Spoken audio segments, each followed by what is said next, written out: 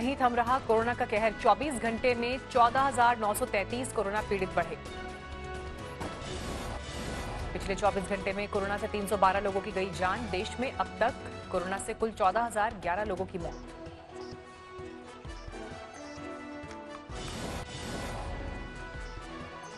देश में कुल कोरोना केस 4,40,215। करीब 2.5 लाख लोगों ने कोरोना से जीती जंग। बीमारी के बाद हुए स्वस्थ। 24 घंटे में 10,994 लोगों ने कोरोना को मात दी। इलाज के बाद स्वस्थ हुए। दिल्ली में कोरोना की रफ्तार बेकाबू। अब तक कुल 62,655 कोरोना केस। देश में कोरोना केस के मामले में महाराष्ट्र के बाद दूसरे पायदान पर है दिल्ली। दिल्ली में कोरोना 2,233 लोगों की ले चुका है जान। महाराष्ट्र में 1,35,796 कोरोना केस। 6,283 लोगों की जा चुकी है जान। तमिलनाडु में 62,087 कोरोना केस। कोरोना से 794 लोगों की हुई मौत। आज फिर बढ़े पेट्रोल डीजल के दाम। पेट्रोल के दाम में प्रति लीटर 20 पैसे का इजाफा। डीजल में 55 पैसे प्रति लीटर बढ़ा। पिछले 17 दिन में 8.5 रुपए प्रति लीटर महंगा हुआ पेट्रोल। 10 रुपए से ज्यादा महंगा हो चुका है डीजल।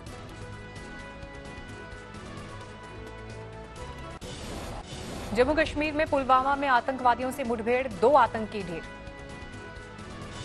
पुलवामा के गांव बंडजू में सुरक्षा बल ने की थी आतंकवादियों की घेराबंदी। मुठभेड़ में सीआरपीएफ का एक जवान शहीद।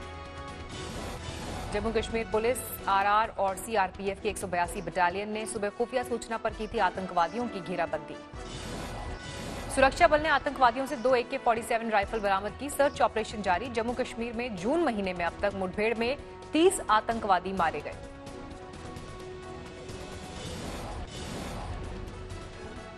हंदवाड़ा में पाकिस्तान प्रायोजित नार्को टेररिज्म की जांच एनआईए को सौंपी गई। 11 जून को हंदवाड़ा में 3 आतंकवादियों से 21 kilo heroin, 1 crore 34 lakh cash किया गया था बरामद। चीन से तनातनी के बीच मॉस्को पहुंचे रक्षा मंत्री राजनाथ सिंह। विजय परेड में होंगे शामिल। आज रूस के रक्षा मंत्री से राजनाथ की हो सकती है मुलाकात। चीन से नहीं होगी कोई बात। भारतीय सेना का बैंड भी हिस्सा लेगा विजय परेड में। 75 सदस्यीय बैंड ने शुरू की रिहर्सल। रक्षा मंत्री राजनाथ सिंह रूस से सैनिक साजो सामान की सप्लाई में तेजी लाने को कहेंगे। Anti ballistic missile system S-4 की डिलीवरी जल्द करने की कर सकते हैं मांग। कोरोना महामारी के बीच सुखोई 30, MiG-29 और T-90 टैंक के कलपुर्जों की सप्लाई पर भी पड़ा है असर। भारत हवाई रास्ते से कलपुर्जे भेजने की करेगा मांग। भारत के विदेश मंत्री एस जयशंकर भी आज चीन को घेरेंगे। वीडियो कॉन्फ्रेंसिंग के जरिए रूस, चीन और भारत के विदेश मंत्री करेंगे बात। आज लद्दाख के दौरे पर जाएंगे सेना प्रमुख MM नरवणे। 2 दिन का होगा दौरा।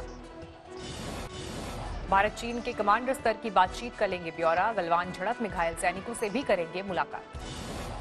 सामने आया भारत और चीन के जवानों की झड़प का ताजा वीडियो। मास्क पहने दिखाई दे रहे हैं दोनों ओर के सैनिक। सिक्किम सरहद के पास का हो सकता है वीडियो। फौजियों के चेहरे पर मास्क की वजह से हाल की घटना होने का अनुमान। भारत और चीन के कोर कमांडर्स के बीच 11 घंटे लंबी बैठक चली। LAC पर तनाव कम करने के लिए आज फिर हो सकती है बैठक। चीन के मोल्डो में हुई बैठक। चीनी सेना ने किया था बैठक का आग्रह। बैठक में भारत ने गलवान में हिंसक झड़प का उठाया मुद्दा। चीनी सेना से पीछे हटने का वक्त बताने को कहा। फिंगर 4 पर चीनी सेना के जमावड़े पर भारत ने दिखाया सख्त रुख। चीन से सभी बिल्डअप खत्म करने को कहा। लद्दाख में पैंगोंग झील के पास भी भारत चीन में तनातनी। दोनों तरफ से 1,000 से ज्यादा सैनिकों की तैनाती। मुंबई में भी चीनी सामान के बहिष्कार की अपील। MNS कार्यकर्ताओं ने जमकर की नारेबाजी। समस्तीपुर में शहीद अमन के घर पहुंचे बिहार के डिप्टी सीएम सुशील मोदी। 36 लाख का दिया चेक। जम्मू कश्मीर के नौशेरा सेक्टर में पाकिस्तान ने की अंधाधुंध गोलाबारी। सेना का एक जवान शहीद। LOC पर जवान के शहीद होने के बाद भड़का लोगों का गुस्सा। पाकिस्तान के खिलाफ विरोध प्रदर्शन। अनंतनाग में सुरक्षा बलों ने की आतंकवादियों की घेरेबंदी। दिन भर चली मुठभेड़ के बाद भाग निकले दहशतगर्द।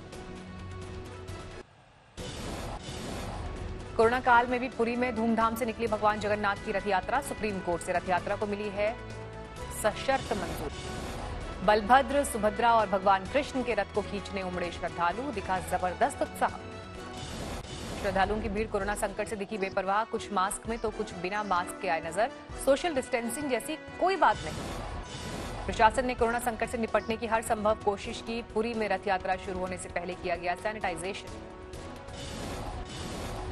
पीएम मोदी ने किया ट्वीट, भगवान जगन्नाथ की रथ यात्रा के पावन पुनीत अवसर पर मेरी कामना है कि श्रद्धा और भक्ति से भरी ये यात्रा देशवासियों के जीवन में सुख, समृद्धि, सौभाग्य और आरोग्य लेकर आए।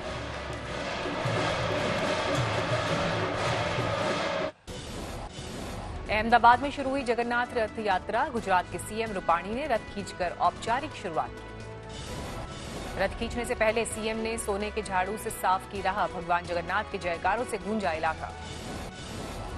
मंदिर परिसर के अंदर ही होगी रथ यात्रा। सुप्रीम कोर्ट का आदेश, सीमित संख्या में पुजारी और भक्त हुए शामिल। थर्मल चेकिंग के बाद भक्तों को मंदिर में आने की इजाजत। कोलकाता में भी भगवान जगन्नाथ की रथ यात्रा में जुटे भक्त। कोरोना संकट की वजह से इस बार कोलकाता में 9 किलोमीटर लंबी रथ यात्रा को 3 किलोमीटर तक किया गया सीमित। कोलकाता में पुजारियों ने झुलाया भगवान जगन्नाथ का पालना। प्रफुल्लित दिखे भक्त।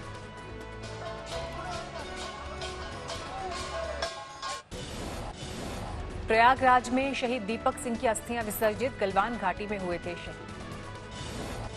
नेपाल की एक और सियासी बदले की चाल। वाल्मीकि नगर में गंडक बैराज में बांध की मरम्मत के काम को रोका। गंडक नदी में बने बैराज में 36 फाटक हैं, जिनमें 18 भारत और 18 नेपाल में हैं। संधि के मुताबिक भारत के जिम्मे है सुरक्षा और रखरखाव का काम। मध्य प्रदेश सरकार में पूर्व मंत्री गोविंद सिंह ने ज्योतिरादित्य सिंधिया पर बोला जुबानी हमला। सिंधिया परिवार के लिए गद्दार शब्द का किया इस्तेमाल। बटवार में बीजेपी सांसद सौमित्र खान ने ममता बनर्जी पर बोला हमला। मुख्यमंत्री को बताया तोलाबाज, कहा बिक चुकी हैं ममता।